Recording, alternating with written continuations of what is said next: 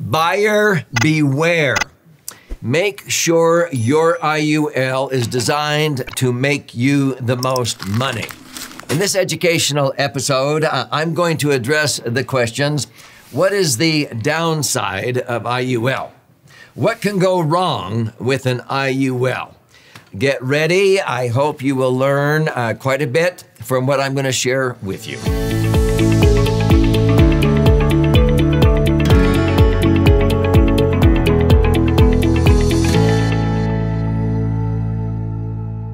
So I'm Doug Andrew, and I've been doing this. What's this? Helping people maximize their assets, optimize them, and minimize taxes and prepare for a comfortable retirement so they will not outlive their money. And I've been doing it for just about 5 decades. My favorite financial vehicle to accomplish these goals and to make retirees immune from the negative impact of taxes, inflation, and market volatility is a properly structured, max-funded, indexed universal life, IUL. And if it's structured properly and funded correctly, it is deemed what I call a laser fund. Laser is an acronym that I have used for years that stands for Liquid Asset Safely Earning Returns. So let me share with you how you can tell if the advisor is proficient, or let's talk about what can go wrong.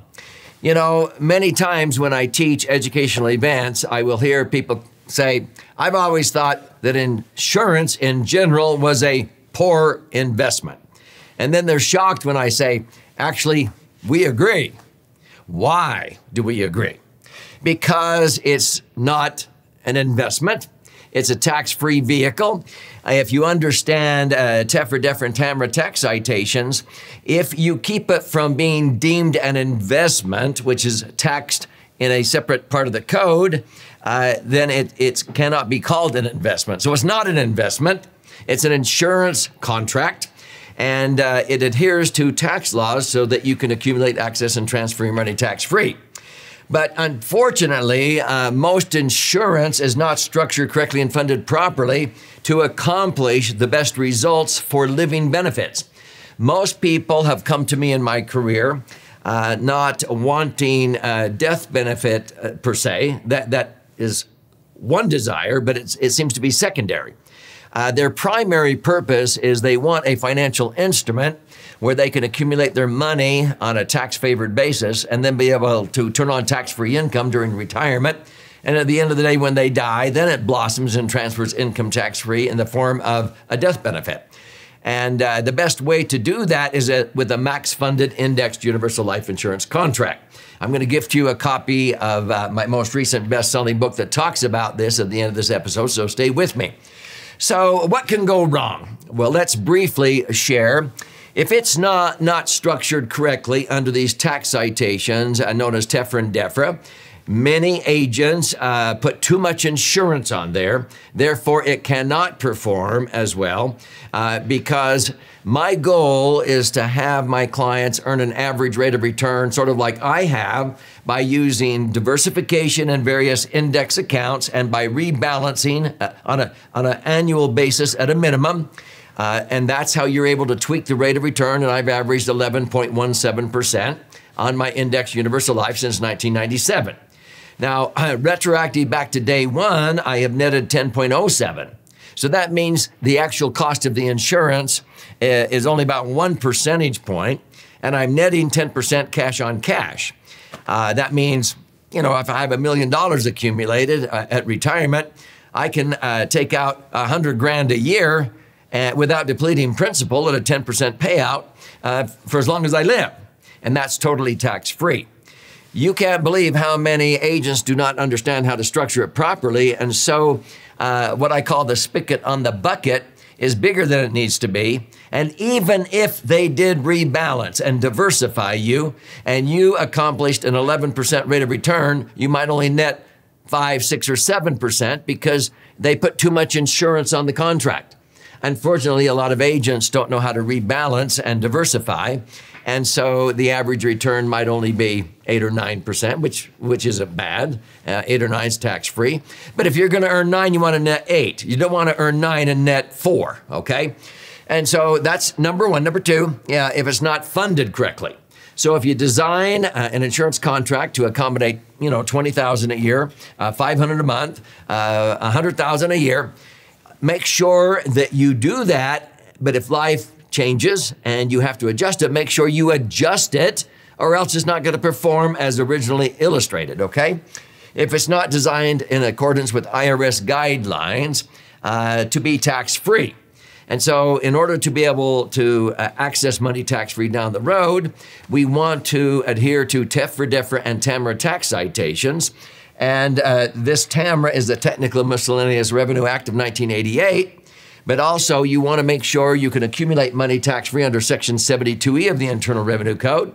But when you go to access money or turn on income later, you want it to be tax-free, you have to adhere to 7702 of the Internal Revenue Code.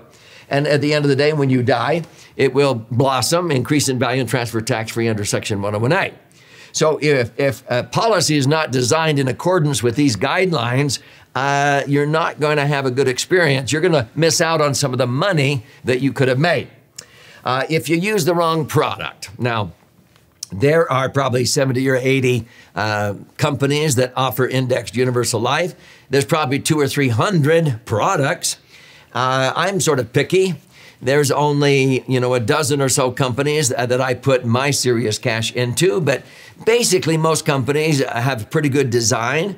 Maybe you could average 2% higher rates of return with some companies or products.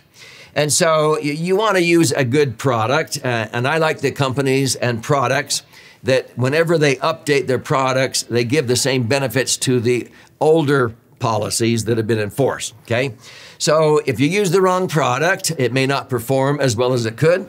If you use the wrong company, because maybe what your goals are would be better suited with an indexed universal life that's offered by another carrier. Or maybe you're picky about the safety ratings of the companies, and we usually like to use companies that are rated in the top, 10 percentile by looking at vital signs and so forth and all of their ratings. So the wrong product, the wrong company, but here's the biggie.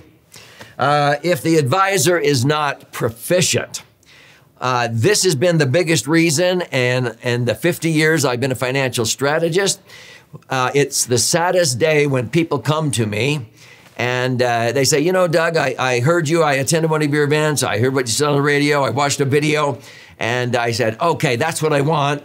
And I realized, well, golly, I've got a nephew with an insurance license. I've got a brother-in-law with an insurance license. They'll probably help me do this. That's usually a huge mistake. They'll come and they'll hear me on the radio and I'll say something like, well, if you had $500,000 in your IUL policy 7.5 years ago, it should now exceed $1 million. You should have doubled your money by now. Pretty slam dunk. That's 9.6. If you got a good advisor, they would have been tweaking it, rebalancing it. Maybe you would have doubled it within 5 or 6 years. And these people, they come to me and they say, I had $500,000 and I heard you on the radio. I don't have $1 million today. In fact, I don't even hardly have 500,000. It's going down. What's wrong? And I take about 30 seconds and look at it and I go, who set this up? And they go, our nephew, he had an insurance license. He said he could do it. Or my brother-in-law. And I said, wow, that was an expensive relationship. So let's talk about that one, because when you set up an IUL correctly, I call it the dream solution. It's like a financial Swiss Army knife. And yes, you want to set up this dream solution for all kinds of financial goals, and there's a death benefit there, which is, always nice. It gives you peace to know that if you happen to pass away, that whatever's in the account is going to generate, blossom and transfer income tax-free. It's one heck of a rate of return, but I don't recommend dying to get your money, okay? Most people use it for retirement planning because it knocks the socks off of IRAs and 401ks. But maybe you're setting up an IUL for the use of a college savings plan, because this is far better than a 529 college savings plan, which does not have near the flexibility. If you're a business owner, we have many business owners that set up IUL policies as working capital accounts, and they actually use the banking concept where they borrow using their cash value as collateral for their business, and they can borrow at 5%. and they keep earning 10, 15, 20, 25% or more on the money in their policy that's collateralizing the loan from the insurance company. It's incredible.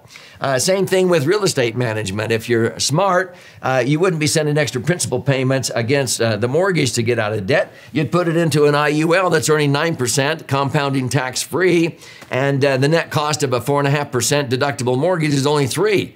You're making 300%. You're making 3 times as much as the mortgage is costing you. You'll get out of debt 2.5 years faster. An emergency fund. This is where banks and credit unions put 30 to 40% of their tier 1 assets for liquidity and safety. So if you need an emergency fund in this day and age, you don't need some institution with a drive-up window down the street when you can access money, if needs be, with an electronic funds transfer or phone call. Just bypass the middleman, because this is where banks and credit unions put a lot of your money, and insurance companies. Lump sum, capital transfer. This is where you get settlements or you come into a lump sum, all kinds of capital that sometimes comes into our lap, windfalls. Estate planning, pension maximization. If you're a school teacher, a police officer, a firefighter, don't take the survivor benefits, take the no survivor benefit and take the differential between the no survivor benefit, maybe $5,000 a month, and the survivor benefit, which is maybe $4,000 a month. Take that $1,000 a month and put it into an IUL. You'll be way better off than being forced into buying the most expensive life insurance policy you'll ever buy from the state where you retired as a school teacher. And also tax reduction, to do strategic rollouts out of IRAs or 401ks, get the taxes over and done with sooner than later, reposition it into an IUL, and have tax-free income forever after, and you're immune from the dangers of taxes, inflation, and market volatility. So this is why when we teach the merits of IUL, there's like 38 benefits. This is called a mind map. And so max funded tax advantage insurance, if it's structured correctly and funded properly, it is incredibly liquid. It passes the liquidity test, the safety test with flying colors, rate of return, because your average net rate of return can be 10% tax-free. You'd have to be earning 15 or 16% in a tax-deferred IRA or 401k to net 10 after paying taxes on an IRA. The death benefit. Legal advantages. Oh, my heavens, these are next to impossible to penetrate in courts of law in this so happy society we have become. And then, of course, the tax benefits. You're able to accumulate, access, and transfer money totally tax-free. So in my most recent best-selling book, these have been flying off of our warehouse shelves, I have in here 14 chapters on the left brain side. The right brain side you flip over, and that has 62 actual stories, and that's 12 chapters. But in the left brain side, we have in one of the later chapters what can go wrong and how to prevent it. And on page 211 is where I'm at in the book, okay? And this is the book I'm going to gift you at the end of this episode. But it's called the Laser Ready Test. And if you're partnering with an IUL agent, it's critical that they're proficient. They know what they're doing. Knowing that, I put in here 14 questions that you can ask an IUL agent. And if they don't know the answers to these questions off the cuff, that's a red flag. If they say, oh, golly, I don't know, I'll have to find that out. Or if you can tell they're faking it, that's a red flag, and I would be careful, and I can point you to somebody who I already know is proficient, that has passed a proficiency exam. But to just give you an idea, you know, the questions are, what's Tephra, Defra, and Tamra? I mean, if they go, oh, I don't know, I've heard about those, I don't know. Oh, that's a red flag right off the top, okay? Explain to me Internal Revenue Code Section 72E, 7702, and 101A. Every IUL specialist should know those sections of the code. What's the guideline single premium? If they don't understand that term, that's a red flag. That's the amount, the total amount you can put into the policy during the life of the policy. What factors will the insurance company consider when gauging the size of my policy? If they don't know answers to questions like this, what size policy, how much death benefit would a 60-year-old need if they were going to put in $500,000 in a guideline single premium? Now, if they don't know pretty much off the top of their head that it's about double that $1 million, that's a red flag. That tells you they don't do this very much, okay? How can an insurance company earning 4 or 5% on their general account portfolio afford to credit you 7, 8, 9, 10, 11% on an index? If they can't explain how indexing works, that's a red flag, okay? How can policy owners earn an extra 1 or 2% higher rate of return when they're turning on income in retirement? If they don't know how to explain something like a spread or an index loan, golly, if you're doing this for retirement, you may want to reconsider the advisor, okay? Over the life of an IUL policy, if it earned a gross return of 11%, retroactive back to day one, what should it have really netted me? And it should be within 1% if it's structured correctly. If you're credited 11, you should be netting 10. If you're credited 9, you should be netting 8. If they don't know that, or they can't figure out how to do that, that's a red flag. You might want to ask, how many insurance companies do you represent? Because if they're just a captive agent, they can only sell that company's products. Or how many max-funded insurance contracts have you sold? How about this one? How many of these do you own? See, I own several. But if they don't walk their talk, I would be careful. So you want to make sure that the professional is in it and they believe in it, they walk their talk. And so I invite you to claim your free copy of this book. And you can go to page 211 to 212 and read those. But here's how you can claim your free copy. Because if you go to Amazon, they're $20 and you'll pay another $10 or so for shipping and handling. If you do, thank you. But if you simply go to laserfund.com, laserfund.com, or click on the link below, and you contribute a nominal amount towards the shipping and handling. I require a little bit of skin in the game. I'll cover the rest of that, and I'll pay for the book. I'll fire out a hard copy to you via priority mail. While you're in there claiming your book, if you also like to listen and learn or watch and learn, there's audio and video formats. Check out some of the educational webinars we teach on a regular basis. They're free. You can even schedule an appointment with an IUL professional who is proficient that I oversee. There's no cost, charge, obligation, and you can see how a properly structured IUL should be structured in your particular set of circumstances. So I hope you've enjoyed this, and I hope it helps making any mistakes when you're looking to have an IUL structured correctly.